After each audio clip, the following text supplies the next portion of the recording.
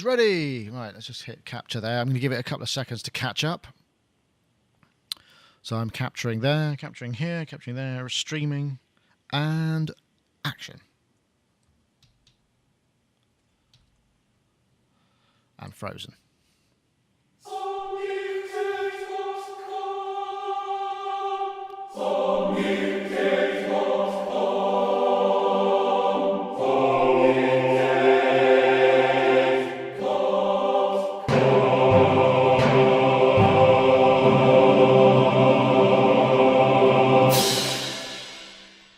Hello, everybody. Welcome to Sonic Talk number 261. Yes, you might have missed it last week. I did actually say I was on holiday, but I'm sorry if you got up especially early or stayed up especially late, any of those things. I was in a caravan in Dorset on the Isle of Purbeck, which was actually really nice, although the weather did turn almost as soon as we left Bath.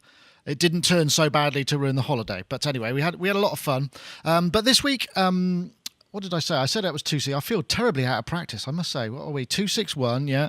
And I've got someone in the studio with me. This is Mr. Dave Spears over here. Good afternoon. You might need to just get a little, just a little bit. I'll take the mic up a little bit. Just one more word from you. Good afternoon. That's perfect. Thank you very much.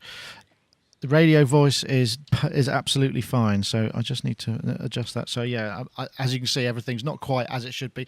But also, we have a single Skype week in the form of Mr. Rich Hilton here.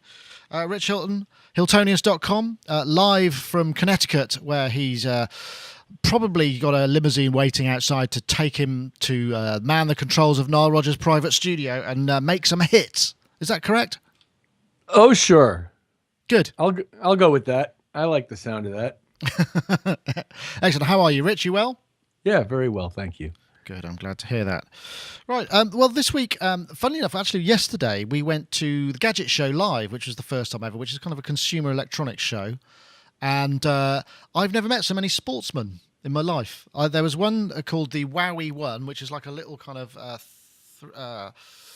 extra speaker with with the like transducer in it and a piece of gel, and you put it on any surface and it becomes like a subwoofer. It's amazing. It sounds like it's it outputs 90 decibels of bass. And the person who was fronting that was a very, very tall man called Andrew Caddick. And I was looking at him and going, I know you from... Oh, you're a cricketer, aren't you? And honestly, he was about 7 feet tall and he had hands about this big. So that was... And then I went straight from there to a place and I saw something called the Doob, which is from Dion Dublin, which is a square cube thing which you hit. It's like is it a cajon? A cajon, they call it, but it has 4 sides, so they're each all pitched. They're like congas or bongos, depending on the side. Really good idea. And he was a Premiership footballer from Norwich City. He was a very nice man. So anyway, I just wanted to get out of the way. Footage will be coming up. I've got a few things to go in the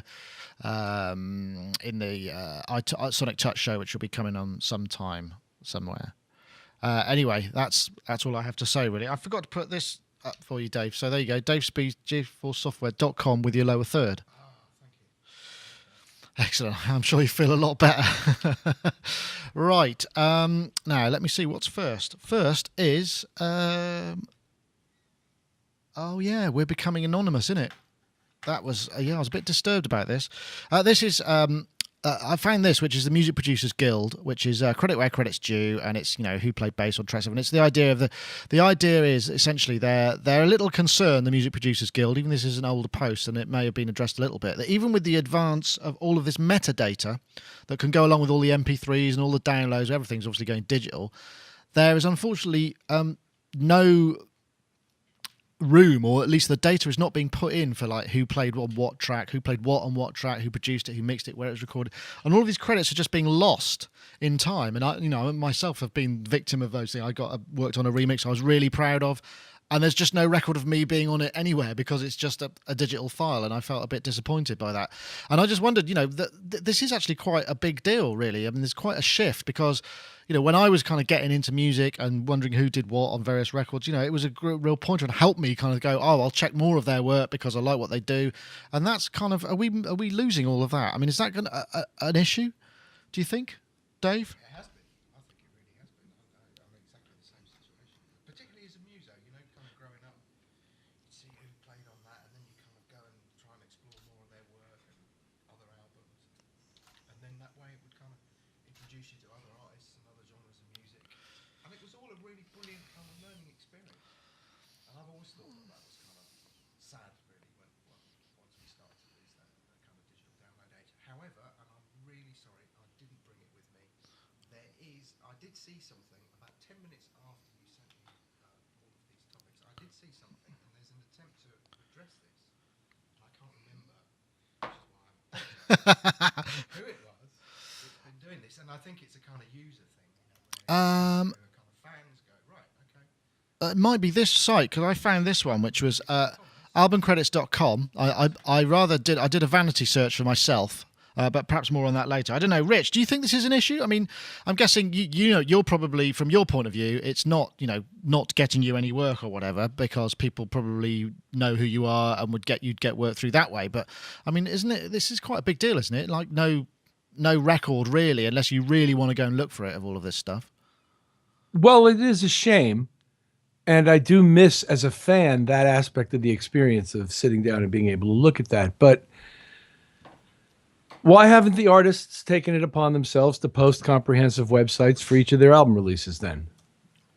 That's a good point. Do you think they just want all the credit? It's all about the brand? Secretly, all these years, all they've wanted to do is pretend that it's all them.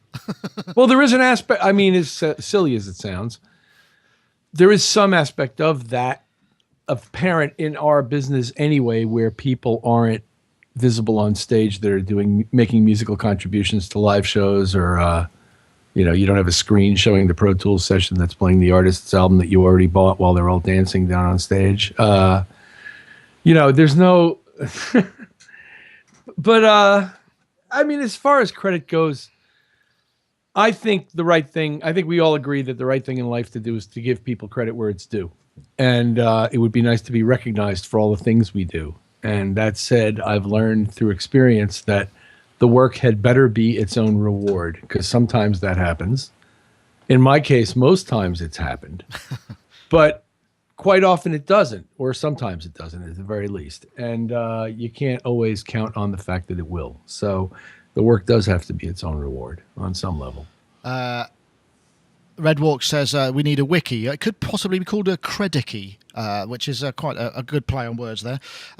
I wonder, I mean, the thing is though, you make all of these EPKs, there's lots of press and downloadable material that people, behind the scenes and what have you, that goes up on YouTube. I wonder if there could be a kind of like almost a way of utilizing that. So it could be as part of a download, you get an extended thing where there'd be, that extra data in there, and perhaps a little bit of a kind of, this is where we got that great drum sound or whatever. I mean, is there any, but I mean, I suppose most people aren't interested, like pure pop fans probably don't give a monkeys, do they, about that kind of stuff?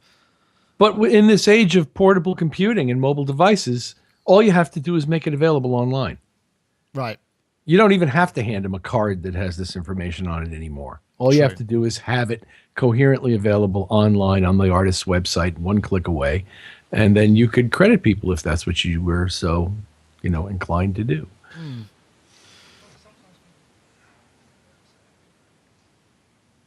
Well, it depends whether you're proud of your work or not.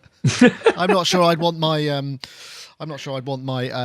my work done on the what was it? It was a line dance album where I did some really ghastly house versions of country music, dueling banjos being one of them, and Ghost Riders in the Sky, to be fully publicly available. Oops, I've said it now, but no, but that's the thing. Then it becomes, a joke, a drinking story. It doesn't remain this like embarrassing moment in your life. It becomes, hey, and check this out, Well, I agree. I mean, it's interesting. I looked at I did a vanity search here, and the one thing that, just looking at this, although there's a really hilarious thing on here. Where is it? I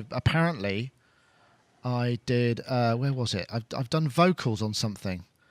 I was just trying to find that because I thought it was pretty amusing. Oh yeah, apparently on the Corgis collection, which I did some remixes on, I'm credited with vocals, which I didn't know I could sing that well, but you get paid better that way. Yeah. On the resids, you do. Then if you're just the engineer or the mix guy, unless you have a special deal, you'll get paid better as a singer. So maybe that's how that happened. I don't recall ever seeing anything specifically, but yeah, but I think I'm the singer with the Sex Pistols tribute band. oh yeah, oh that's good. What's your emails from people saying, "Oh, excuse me, what's your stage name, Dave? Is it Johnny something or other? no, it's Dave Johnny Forgotten. Spirit." Johnny Forgotten. Never bothered in the sense.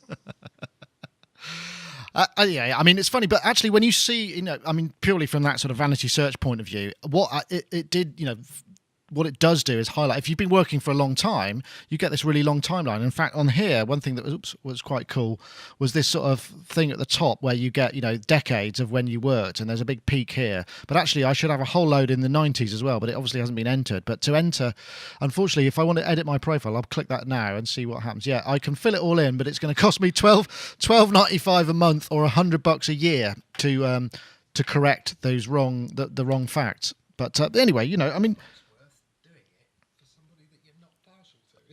Just putting it out completely. Oh There you man. go, set the cat amongst the pigeons there. There's a thought. It's kind of it's like a paid for. It's almost like what you can do with Wikipedia, but you pay for the print. And presumably, once you've registered as you and you've claimed yourself, then you are, if in effect, the owner of that and the gatekeeper of that information, and you then become that. So if the real Nick Bat comes along, then they say, "I'm sorry, that's not you," and I could be prosecuted for attempting to be myself. I don't know. It's an interesting idea. I know, but seriously, I mean, I think there's got to be room for this. I mean, and I know that, or I've seen rumours that the iTunes store is being totally redesigned, which is about time, frankly. So maybe there's going to be, because it's going to take somebody like Apple adding this extra information and maybe making it a requirement for submitting tracks to kind of transfer maybe original sleeve notes from recordings that are older where they do exist, or and presumably this database, it looks like it comes out of one of the PRS or PPL ones, and there is just a data or matching those things or something along those lines that just means it gets pulled together. Music did something like this years ago. All I seem to remember there was a website called All Music, I think. And that was a kind of credits station. I seem to remember getting a couple of emails asking, somebody read some notes. It was like, "Oh, were you involved in this? Did you do this?" kind of thing. And I remember having a look at the site and thinking, "Oh, quite interesting." no, I didn't know that. If I was going to argue anything, there is a really interesting aspect to not being credited. Whilst as a kid, I loved reading, going off on these kind of tangents, exploring people's careers and stuff.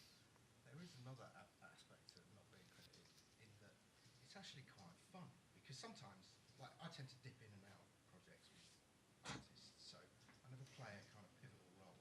And sometimes it's quite interesting to see whether you're credited, when you get the call for do you want the credit, and all of those kind of things, because you kind of see where you come in the pecking order. Well, the other thing I quite like is, it's obviously plain for all to see, and it supports your own theory that their greatest work was when you were involved. And when your involvement ceased, then they stopped having hits, or whatever it may be. Yeah. We want to hire Dave for an obscure art triple album, which is just made purely out of pebbles landing in water. Yeah. Now that's what I call jazz odyssey. But I'm guessing really that there is the opportunity for this. I mean, because you, as a performer, if you've performed or been involved in any recording and you have to put down the facts, if you're a member of the Musicians Union or any of those other things, you write it all down. So there is a database. I mean, it's not a million miles away. I mean, obviously, it's not going to happen that we're going to be involved in every single APK and press piece of be asked to be involved in that, but it'd be nice to have a bit more inclusion, because now it's just gone. There's just nothing there, and unless you're a kind of superstar producer, in which case you're going to be. Sorry, I just saw that comment from Jam Jar Jimmy on your thing about Clive Dunn. Well, It's Herbie Flowers, Walk on the Wild Side, and then doing that with Grandad. I spoke to Herbie Flowers at a gig, and I asked him about Grandad, and he said, it's completely tangential, but I said, so what made you think of writing a song like Grandad? And he said, I had it in my head for quite a while, and he's a cantankerous old bugger, and I really liked him. And he said, I had it in my head for a while, I couldn't think of the hook. So I rang my mate, and I've got a feeling it was something like Tony Hatch, who came round and rang the doorbell, and I went, there's the hook. Ding dong, Grandad. he had one of those little 72-tone bell things. Yeah, I remember those. You can't buy them anymore. They're all digitalized. Somebody's at the door. Right, we are getting a bit tangential here, but maybe this is a good time to say a word from our sponsors. Unless, Rich, you have anything else to say? I mean, it seems like a good point at which to hit them up. So I'll press the button now, and you'll be able to see here that if you're watching the video stream of the show, which I heartily recommend that you do, because it's unedited and you get all the bits that we can't put on iTunes if we want to stay PG friendly. This is an ad. What am I doing? I'm going off a tangent once again. Anyway, this is the 01V96i from Yamaha, compact digital console. Very pleased to have them as sponsors of the show. We really do appreciate their continued support of Sonic Talk. Goodness knows we could do with more people like Yamaha supporting Sonic Talk so we can live the lives that we're accustomed to. But this is essentially a 40-channel compact digital mixing desk. It's got tons of DSP on board. The VCM effects alone give you a whole bunch of extra processing power. It means you can take out the computer out of the equation. It's got what has it got? It's got VCM effects, master strip, channel strip, vintage stomp effects, RevX reverbs, things like compression, EQ, model EQ, 40 mixing channels, 32 mono and 4 stereo, 16 analog and 8 digital inputs, 8-channel ADA IO optical interface, and that as standard. You're not using up one of your slots with that. 24-bit 96K AD-DA converters, 8 auxes, 100mm motorized faders, 4 effects simultaneously, advanced DAW support. Obviously, it integrates well with Steinberg's. You get AI with it anyway, and you get Studio Manager V2 support. V96Is can be cascaded, so you can have two together, which means that you're going to get a whole bunch of channels in a very compact space. So once again, we do thank Yamaha for their continued sponsor of the show. We've got this little bit.ly URL which I constructed specially for them, because that's the kind of service we like to provide here at Sonic Talk. It's bit.ly/01V96i. So once again, thank you very much to Yamaha for the continued sponsorship of the show.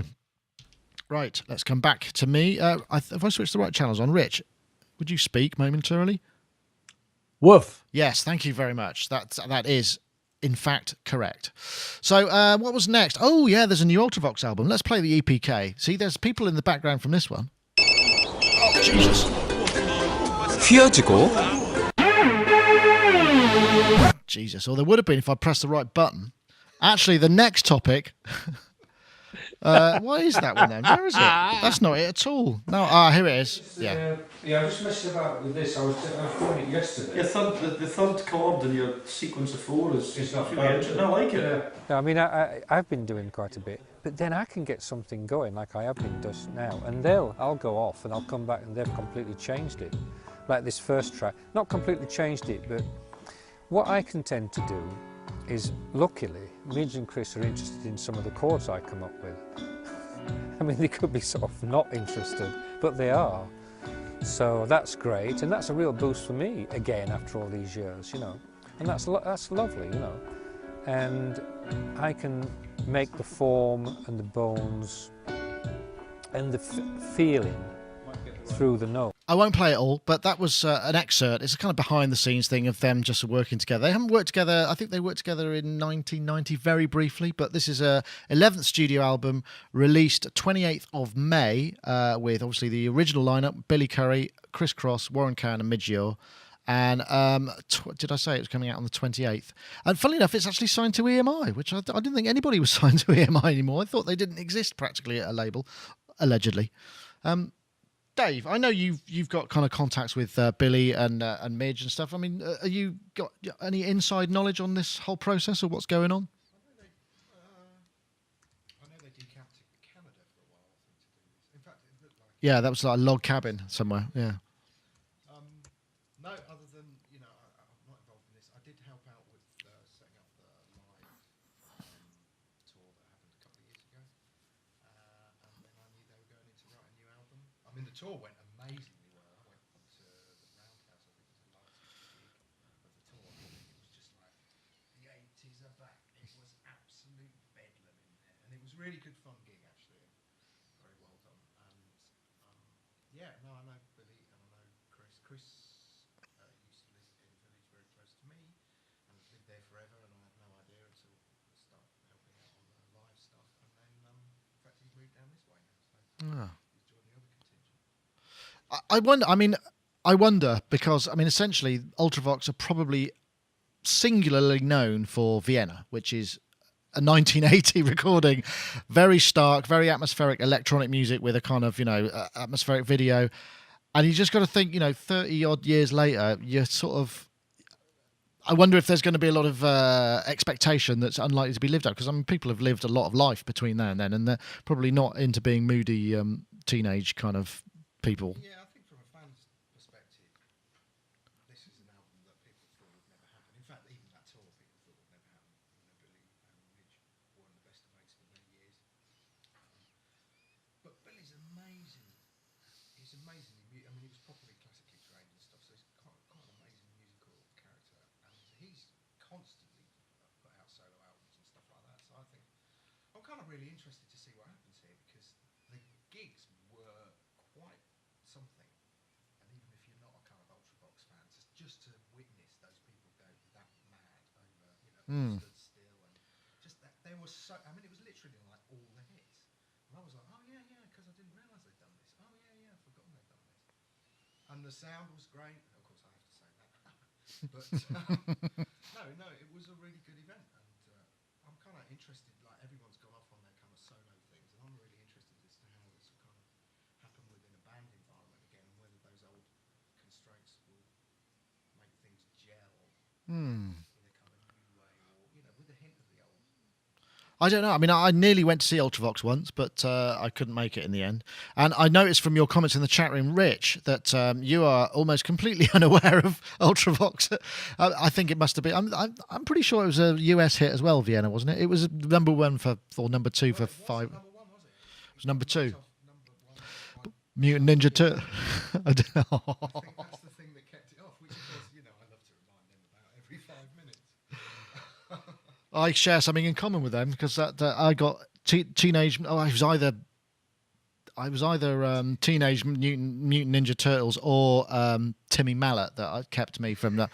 So I can understand the pain of being kept off the number 1 slot while I have a novelty song. Yeah, it was just massive. And of course, Warren went out to the States, and he's very good friends with Hans Zimmer. So I think Warren's kind of. In fact, they alluded to it in that video, didn't they? That Warren will probably dip in and out of this album. Right. He's got his own life in LA. Right. But just really cool guys. Actually, really cool guys. Chris, I absolutely love, and Billy, I absolutely love. Billy's been great to us over the years. Yeah, because you didn't he have kind of stuff input on the Oddity, because he was a Odyssey. The Oddity. I mean, basically the live stuff was Oddity. Billy wants the Stream Machine. But the Oscar was his real kind of baby, and he's been down to see us a few times. And he's just a real character. He's just got tons and tons of really interesting stories. I mean, they just went massive. Don't forget they did that Montserrat album, didn't they? And things just. I love this idea of a band being this unit, and then all this stuff happening to them and making them behave and react in what could be described as pretty strange ways. But then, all these kind of things happening to this unit, and then everybody going off and doing their own thing, and then this moment where it's like, actually, we're going to do this again. And it's not a money thing. It was a bit serendipitous, I think, from what I understand. There was something to do with an EMI 25th anniversary, or maybe it was the 25th anniversary of one of their albums or something like that. Oh, okay. Something just happened, and this spark happened. Oh, well, that's good. I know, Rich. I'm guessing I already know that Ultravox probably don't figure large in your musical repertoire history of memories. But I mean, do you think that can it ever be good, a reformation, when you've got such a kind of a sound of its time coming back together so much later? I mean, I know it worked really well with John Foxx. I mean, that album was absolutely genius. But I don't know. What do you think? Well, there's 2 questions that you're asking. One is, can it be any good? And the other is, can it be anything like it used to be? Yeah, I guess so. And will it therefore appeal to the fans of what it used to be? And I'm all in favor of people getting back together and rediscovering some kind of creative spark around whatever it is they're doing now. And typically, people find it less enthusiasm generating the second time around, at least as I observe it happening in the world. But I still think it's important for people to do it. And I can you were just beginning a discussion about the logistics of a reunion, a 25th anniversary or whatever, and that bringing them back. And it's often some kind of catalyst like that, where, you know, they've gone their separate ways because they got just completely sick of each other or whatever it is. And then there comes a point in your life where you remember the good things more than you remember the bad things. And you know you want to remember the good things more than you remember the bad things. And you look back on your life and you realize what some of the best times were dealing with those people who ultimately became so much more difficult to deal with later on. And you basically want to rekindle the good parts of that and keep away from the bad parts of it. And lots of people have tried it and done it. And I think it's a good thing for a person to do in their life, to look back that way and to want to create something new again with those people with whom you shared those exciting moments. Yeah, I that's a good way of looking at it.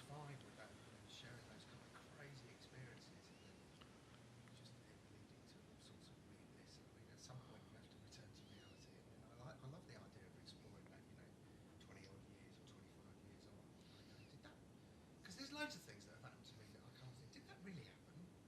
And within a band or even in a kind of person. And when you actually get together with someone, I can't even remember. I was talking to my mum about something the other day. And I was like, did I really carry coffee down Falls Road in Belfast for a mile? And I was like, did I really do that? And she was like, yeah, because she was there. And it was like, but within a band context, when you've got all those extra ingredients going on, Right. all of those things I find really fascinating. Well, again, in all those bad times, as my friend David Lee Roth once wrote, become drinking stories. Yeah. And then it's fun. Then you can share it. And, oh, is that what you meant? Of all these years, I thought you were talking about, you know, like, and that kind of thing, you know, and it turns into this really great social experience for all involved. And at this point in our lives, I think that's more and more important. Getting ready for the I remember when, it is important, remember, because I can't remember a lot of it. My mum tells me stuff that she remembers and I just think, what, I don't remember. And I didn't lead a kind of a substance abuse kind of lifestyle, and I don't know where those memories have gone at all. I mean, some of them are just completely vanished, and so yeah, maybe good for that kind of thing. But yeah, I wish them luck, and I think it would be good to hear what it's like. I mean, I'm imagining from what there was a very brief clip at the end of that video, which sort of implied that it had gone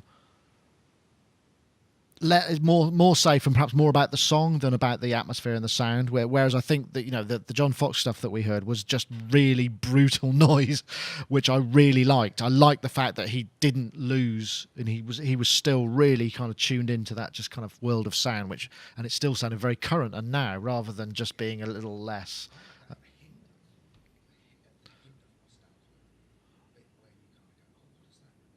Right, you can read it.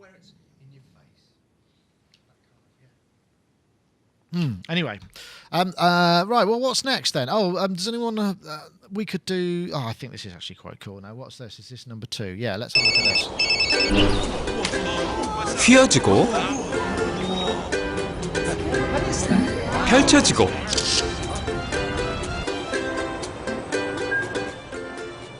3D에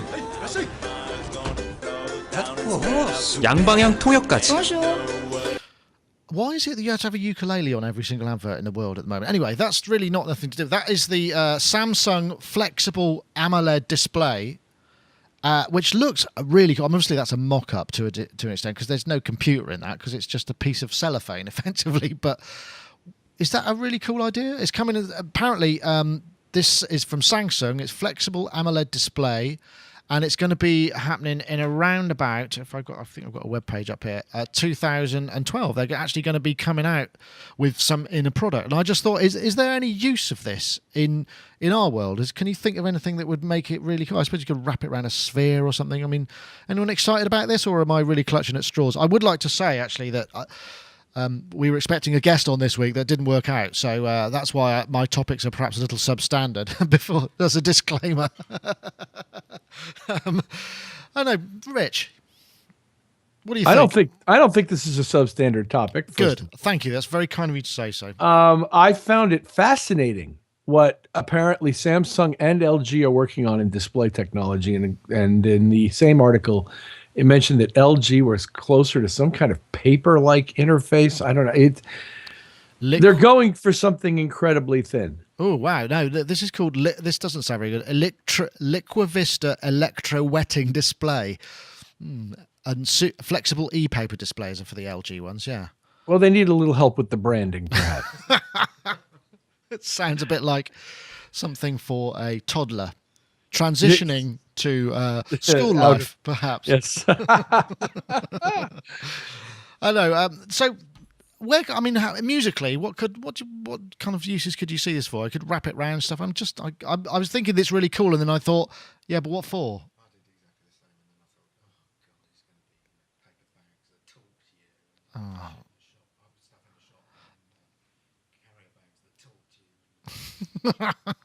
Packaging. Oh no, I think there are tremendous performance opportunities here because you can hardly see the thing, and if you mount it right, you can have video showing up in all the wackiest places at the wackiest times. It can be wrapped around something. It could be moving. It'll seem like almost holography from the audience if you do it right. What for a projection kind of idea? Yeah, you could do some very, very interesting because you can't see that it's a screen unless you reflect light off of it. But you know, in other words, when it's not active, it should be almost undetectable. Now, whether it is, I wonder or not, how bright it could be. I mean, obviously that mock-up made it look like it was as bright as sunlight in an outside environment, but I wonder if there's actually anything like the truth. I liked when he turned it horizontal and a birthday cake showed up on top. You know, Not only that, but it also it will produce 3D objects like a rabbit out of a hat. I like that. Yeah, if you could reach into the thing and pull stuff out like money, that would be really good. Yeah, no, obviously that's the that's the use that we're all hoping for, isn't it? Really, you just reach in and pull money out. It's essentially like the hole in the Beatles' Yellow Submarine. You remember Ringo found a hole in his pocket? And he pulled it out and he started laying it on things, and then you could go through that thing that he laid the hole on. Yeah, it's kind of the same. I'd like to say Phineas and Ferb used that as well in some very good in a rather good episode there. But that's aside. No, Dave, synthesizers, any application, or really is it more likely to be on the outside of the box, calling to you than it is to actually in the use of it?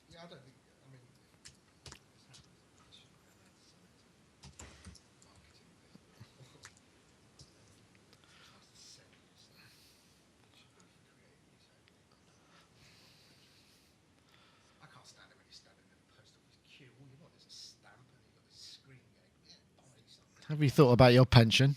Yeah.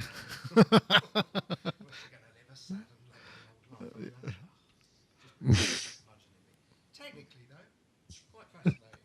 A lot of potential. Well, yeah, but it's interesting that we can't actually stamps made out of it. There's a thought, eh? But I wonder, because obviously, that demonstration was amazing. But I'm guessing there has to be some form of connector and some massive video processing unit to drive that level of, display. I don't know, but maybe not. Yeah. Well, right, and then where would you store it in the perimeter? Like that's the most obvious way to store it, unless you can make it transparent. Yeah, I mean, it's kind of. It's already throwing up a load of products. It's kind of like you can, but why would you? It's one of those, isn't it, really? I'm sure some smart person will come up with a brilliant concept. Because, I mean, I agree, Rich, live, it could work, but I'm just wondering how bright it would be. Because you remember that that thing that we saw, I forget the name, Amon Tobin, that amazing screen set, which was all projected. Rather than projecting, you just have them on all the faces of the stuff, and it would... Yeah, exactly. It could be really interesting then for that sort of thing. Yeah. Amon Tobin for beginners. Yeah, or wallpaper. Have wallpaper made out of it, so that your house, the room that you're in, could just become something completely different depending on what you felt like. I can't imagine that a sort of 3 metre by 2 metre size. It might be getting a bit expensive at that. £25 a square foot. Like, yeah, that's all you need. Excellent.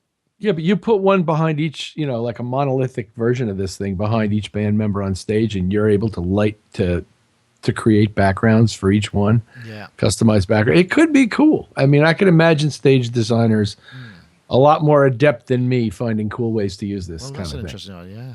Actually, I mean, I think you're right though, Dave. I think ultimately we're probably just going to see it at trade shows on stands, shouting stuff at you as you walk past. More likely.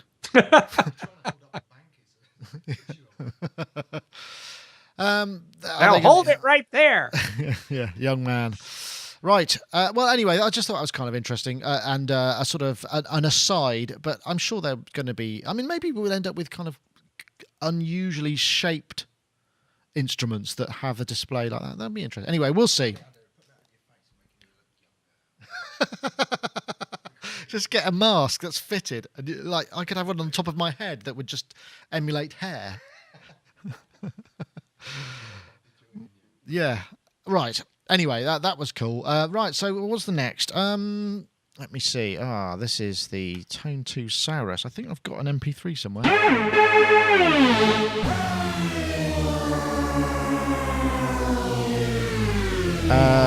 I'll start with that, and then I'll try perhaps this one. This is Mark Mosher. This is how I saw it, actually, because I follow Mark on Twitter. He's always posting some interesting stuff, and this is him playing the Tone 2 Saurus, which is a new soft synth, which has various properties. Is it two oscillators each with a sub, multi-mode filter, built-in effects. They call it.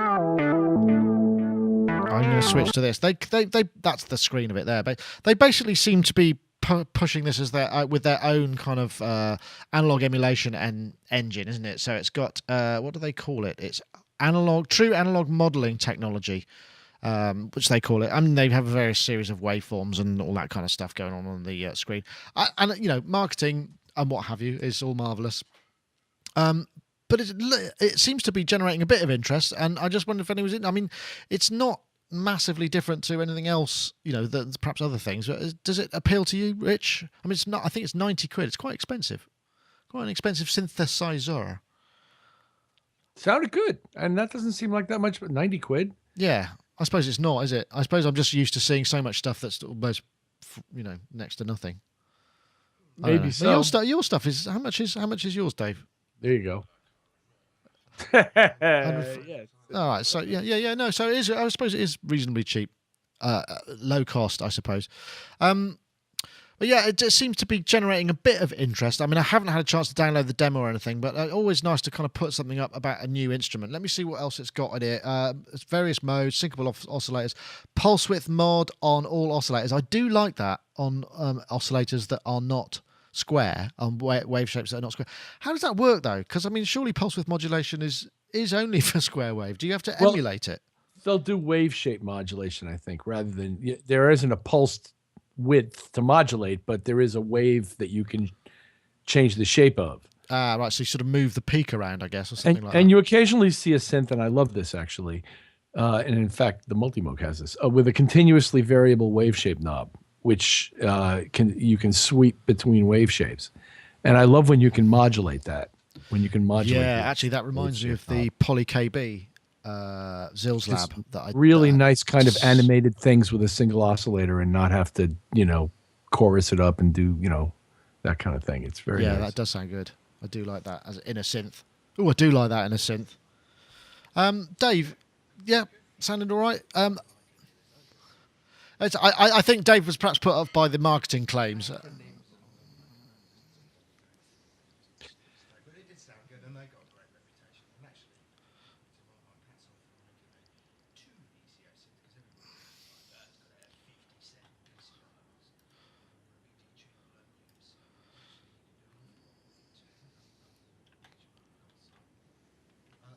Oh, the subs are multi-wave as well. That's interesting. I didn't notice. Yeah, that's interesting. That's an interesting thing. And you've got a change. You can change the. See if I can. Can I make that any bigger? No. You can change the phase of the sub oscillator. Oh, okay. That's interesting. So it's got a few unique features. I'd like to have a play around with it, but like I say, Mark Mosher, who's a gigging musician, follow him quite a lot on Twitter. He's making lots of patches and stuff, so I expect we'll probably see there's not much demo stuff on YouTube. There are a couple of MP3 demos, which there's one vintage and one modern. I did check those out. Which have a little bit more to offer, I think, in terms of what you can actually hear from it, unless you download the demo. I might do that because their examples were all vaguely Roland-y. And as much as I like that, I'd like to know what else it sounds like. And that all kind of sounded, I don't know. It like I said, it reminded me more of Roland than of the Moog Oberheim, world. That's very interesting you should say that, because when we were playing here, Dave was playing on the JP80, which is currently in residence here, and he said that it had a sort of similar characteristic to the Saurus. That's interesting. Yeah. I think it's the aggression, isn't it? It's the sort of in your face kind of really sort of front and center, which perhaps it's is a characteristic of other synthesizers, perhaps not so new Roland anyway. I hear it as a characteristic of the mid range, the area from like 2K to 8K, and the way it presents there. Okay. Which is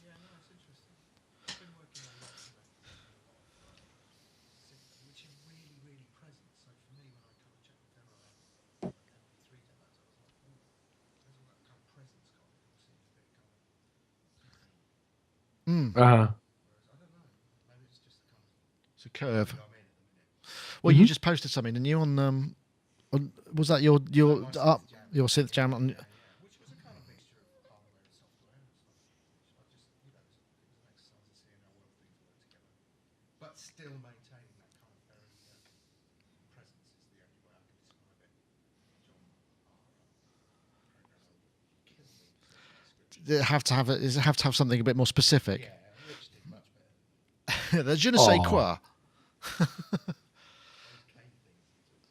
Anyway, tone2.com. That's tone with the number 2.com, and you see it there. What else has it got? Let me see. Ooh, 4 stereo unison modes with spread and panning control. Oh, I like the sound of that. What else have we got here? I'm trying to see in the list. Optional psychoacoustic processing. Interesting. Yeah, so worth checking out. And there seem to be, there's a number of instruments coming along. I'm still waiting to get a mini brute here. Seems everybody else in the world happens to have one and is posting videos, but not us. So I'm wondering what that says. Does that say something? Does that say something about us or them? I'm not sure. But anyway, if anyone important at Arturia listens to this, you should get one over, because I occasionally know what I'm talking about. Anyway, what's next? Oh, sweet electronic music repository. Why ever not? This was Network Awesome. I didn't actually have anything. Did I have something lined up to play here? Oh yes, I did. I thought this was hilarious. Anyway. So, welcome to Big Love 96, where Apex Twin's just been playing exclusively. Now, I've been watching it out there. It was insane, by the way. There was these bears on stage, a bit more lively than they are now. And I was trying to watch it, and I had to walk away after a while because the strobes were just so intense. Is that like that for you on stage as well, or you just don't see it? It's all out there. No, I'm well used to strobes. I've been looking at them for about 10 years, so I don't actually notice them anymore. I wish I could do that. So what exactly were you doing on stage? It was like you were like lying down almost with this weird little computer and some twiddling some knobs. What were you actually doing? Relaxing. Brilliant. One of those classic non-participatory interviews that you get from time to time, and it be the fact that it being Aphex Twin, who is never ever on camera anymore unless he's doing one of his own videos. But there's a bit later on he just smiles, and it's just like, whoa, he actually looks really scary in real life. So when they all the window licker stuff where they did this really weird stuff of putting his sort of big bearded grinning head on top of fit women dancing in bikinis was really disturbing, and it just brought back all those memories, and it was just a bit kind of but anyway, that's beside the point. It wasn't about them at all. It was about this, which is this network electronic music network. Awesome it is, and there's an electronic music week, which was something that Peter Kern posted on Create Digital Music, and there's a whole collection of sort of really a lot of the stuff we've seen before and maybe covered, but there's also an awful lot of stuff that I haven't. There's just various different kind of bits, documentary Moog, the Jean-Jacques Perry. I've got a secret of him playing the is that the Mellotron? No, what was it? What did he play? Ons Martineau, that's right, sorry. And just loads and loads of it all in one place, playlisted up, and the Giorgio Moroder collection. I'm very tempted to click on that just because his style is just something that I cannot resist. And, all of that kind of stuff. And it was just a really cool repository of bits there. And that was the first one that struck me because I thought, I've never seen that before. I don't know. Soul Clap. It does, doesn't it? Let's have a look. Soul Clap. Oh, there's an S900 in the background there. A 909. I'm guessing it's got something to do with house music. Yes, favourite house music. Daft Punk's Electric. I don't know. Did you get a chance to look at any of this, Dave? Or were you? I'm really sorry, no, I didn't. I called it up the page, but It's going to be a very short topic, this one, I think. Yes, but something that's well worth it. So networkawesome.com/special/electronic music week with dashes in between those words.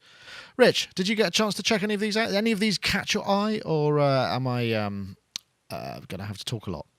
No, I watched Clara Rockmore for a while this morning and listened to even when I wasn't watching. Oh, what was she? Clara, was she the theremin player? Absolutely. That is a wicked picture. She looks like a very scary lady.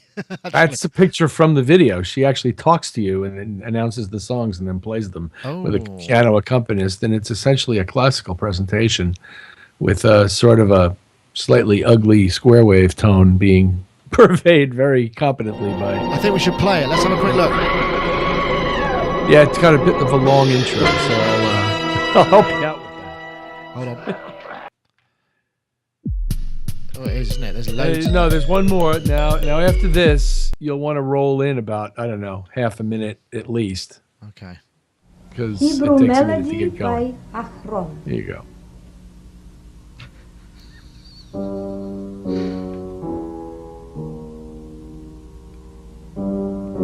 Not hearing anything, Nick. Oh, I'm sorry. Here you go.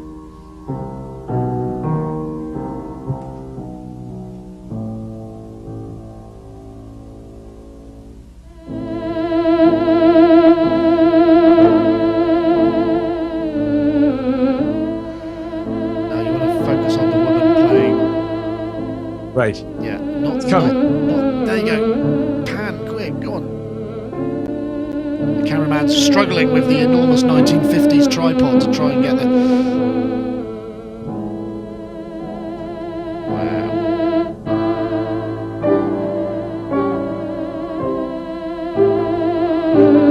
That is cool. There's a certain amount of Fanny Craddock in there, I would say, wouldn't you? That's probably something you wouldn't reference you would not get, but there's a very formidable lady from the 1960s who did a cookery show who is... not universally, but certainly nationally held up as a kind of a very strong woman, shall we say. What was the name of her husband? He'd always be sort of, come on, yeah, just put it down, go away. Yeah, and yeah, she strikes me as perhaps somebody who would be capable of that sort of behaviour. I'm pretty sure that Clara Rockmore's husband was Lev Theremin. Oh. I'm pretty sure that's the case, but I could be wrong. Well, yeah,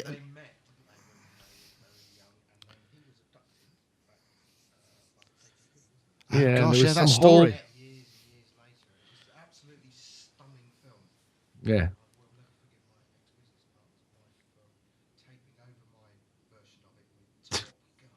Oh, God. Theremin to Top Gun. Although An amazing story. I mean, it really was. although that it's got a bit more texture than the square wave. It's just at the end, when it all ends, and then it was like, oh my God, she's taped over the story of the thing. Isn't that fit? Is it actually called theremin? If I remember correctly, I'm sure we've talked about it in the past, and I know that it was mentioned early in Sonic Talk's history. I pretty think.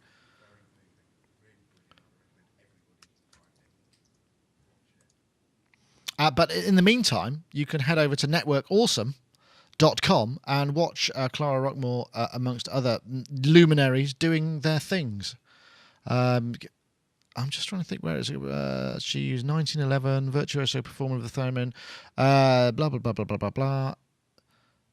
She was a child prodigy on the violin and entered the Imperial Conservatory of St. Petersburg at the age of 5. Wow. Let me see. I'm speed reading, so I'll probably get all of these facts wrong. She plays a bit like a violinist. Yes. In the way that it's performed. Wow. Yes. Anyway, I was just zoning out there reading that, but she had special theremin tailored by Leon Theremin himself to meet her unique requirements. Could you imagine that? No, like this. I can imagine her being quite forceful on that. I'm sure she was a lovely lady, and it's clear that she could certainly play. It always strikes me though when you hear the theremin, and there's this sort of air of seriousness and then this sort of horrible natty sound sort of comes out of it. It just seems a shame that it's not richer somehow and more kind of tonally satisfying. I don't know. Is that something? It sounds like a stylophone, man.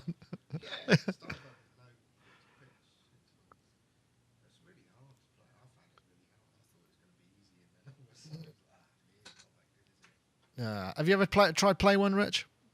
Absolutely. Have you got it? Have you got it in you? Can you nail it, or is it very difficult? I've never tried it, I don't think. I don't have it nailed by a long shot, but I was able to get, with some practice, I was able to get out the melody to the. I did as my senior piece for an electronic music class at Cornell University. I did a oompa version, all on synths and theremin, of "Roll Out the Barrel." And I was able to get out "Roll Out the Barrel" and even take it up an octave for the last verse. And it was all very rousing. I had, I had a 4-track machine to work with. So I had 3 tracks of monophonic synths going, blah, blah, blah, blah, blah, blah, blah, boo, and it came in like that. How did you fare in the points on that particular piece? Did it get you your pass? Oh, in terms of the grade? Yeah. I did very well. Excellent. I wouldn't have expected anything less, to be honest, Rich. But I was just pausing there for comedic effect. I don't know what he was expecting, but he sure as hell wasn't expecting that. Really? Yeah. Are you gonna... Right next to the credit where I played ukulele on a Tiny Tim album.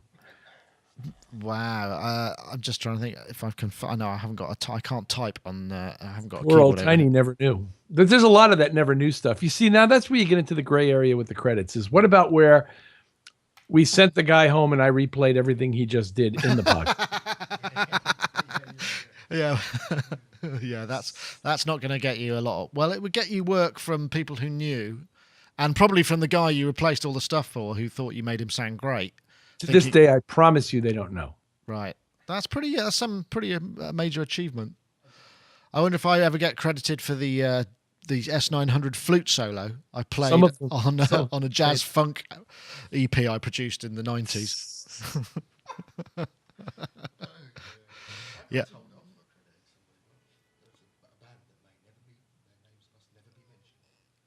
I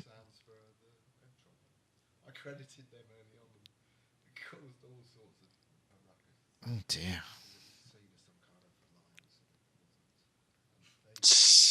I thought I was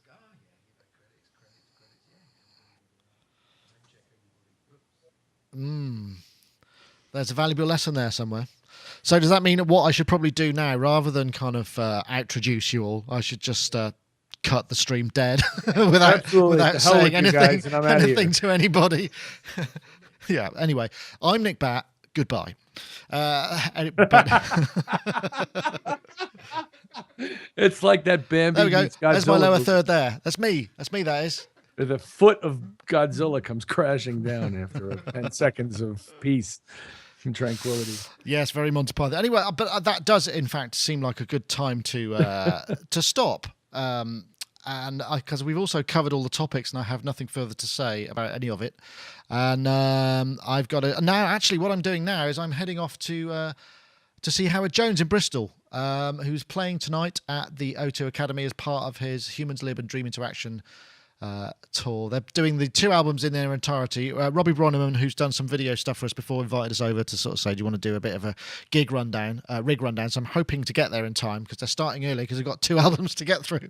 So I will be basically leaping into a fast car to try and get there and park and get some content. So look forward to that. And if you want to catch them anywhere else, they're playing tonight. Tomorrow is Sheffield.